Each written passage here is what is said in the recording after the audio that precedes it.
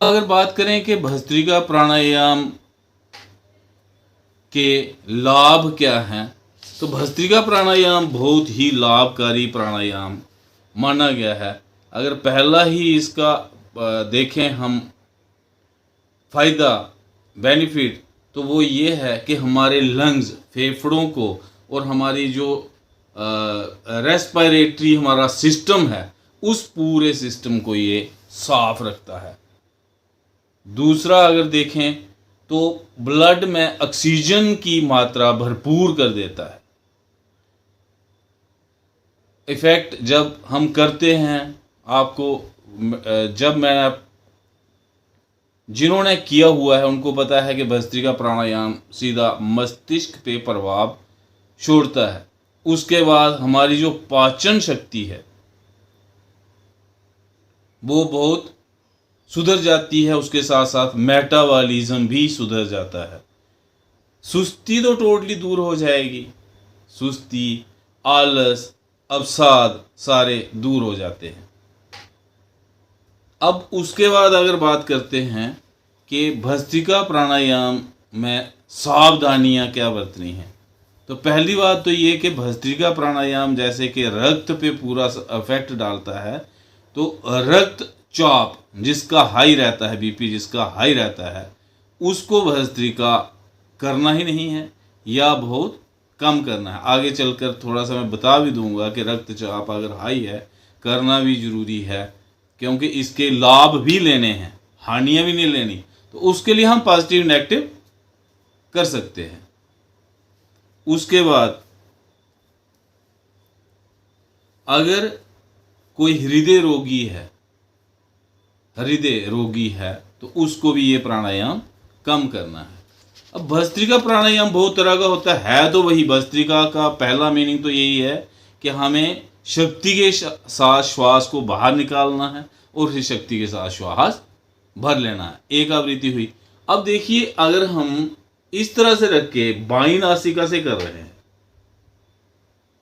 तो बाम भस्त्रिका हो गई। बाम भस्त्रिका मीन्स चंद्र भस्त्रिका हो गई।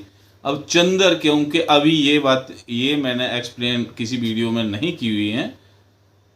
चंद्र जो बाईं नाड़ी है, उसको जो बाईं नासिका है वो चंद्र नाड़ी है, जो दाईं नासिका है वो सूर्य नाड़ी है।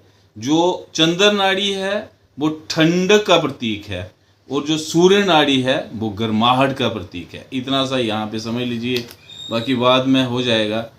तो अगर हम खाली बाईं नासिका से भरते हुए छोड़ते हैं श्वास, तो दैट इज चंद्र भस्त्रिका। अगर हम दाईं से भरते और छोड़ते हैं, दैट इज सूर्य भस्त्रिका। और अगर हम बाईं से भरते दाईं से छोड़ते हैं, दाईं से भरकर बाईं से छोड़ते हैं, तो दैट इज अनुलोम विलोम भस्त्रिका। और अगर हम खाली दोनों नासिकाओं से थोड़ा सा भरते हैं छोड़ते हैं, तो दैट इज साधारण भस्त्रिका। और अगर इसी भस्त्रिका को हम थोड़ा सा और आगे अगर चलें कि श्वास भरा लेकिन छोड़ते हुए हम थोड़ा सा कंठ से आवाज़ निकाल लें, तो दैट इज वो भंभार भस्त्रिका बन जाएगी। इस तरह से भांबरी की आवाज़ आ जाती है। और उसके बाद मूर्छा भस्त्रिका भी रहती है। मूर्छा भस्त्रिका मीन्स थोड़ी सी भस्त्रिका करने के बाद जब हम कुंभक की स्थिति को अपना लेते हैं, लेकिन वो एडवांस्ड स्टेज है। कुंभक के साथ किस तरह से करना है ये हम आगे चलकर बात करेंगे। अब सीधी सी बात एक बार रिवाइज कर देता हूं कि अगर हम बाईं से भरते और छोड़ते हैं, अब इसको ज़्यादा भी नहीं करना है। ज़्यादा मीन्स के एक साथ हम 51 आवृत्तियाँ ले लें, 41 ले लें, 60 ले लें, 70 ले लें, तो उससे जो नुकसान है वो बढ़ जाएंगे। इसलिए जो शुरू वाले साधक हैं उनको 5 बार, 7 बार, 11 बार, 15 बार, मतलब स्लोली आगे बढ़ना है ताकि इसके नुकसान हमें ना मिले। और मेन बात यह है कि भस्त्रिका प्राणायाम के बाद शीतली या शीतकारी या और कोई ठंडक प्रदान करने वाला प्राणायाम हमें जरूर कर लेना चाहिए। ये प्राणायाम क्योंकि गर्माहट देता है तो गर्मियों में इसको कम करना है, सर्दियों में ज़्यादा करना है, लेकिन इसके फ़ायदे अगर गर्म सर्दियों में भी चाहिए हैं तो इसको कम कर लेना है। 5 बार कर लिया, 7 बार कर लिया, 11 बार कर लिया, 15 बार कर लिया।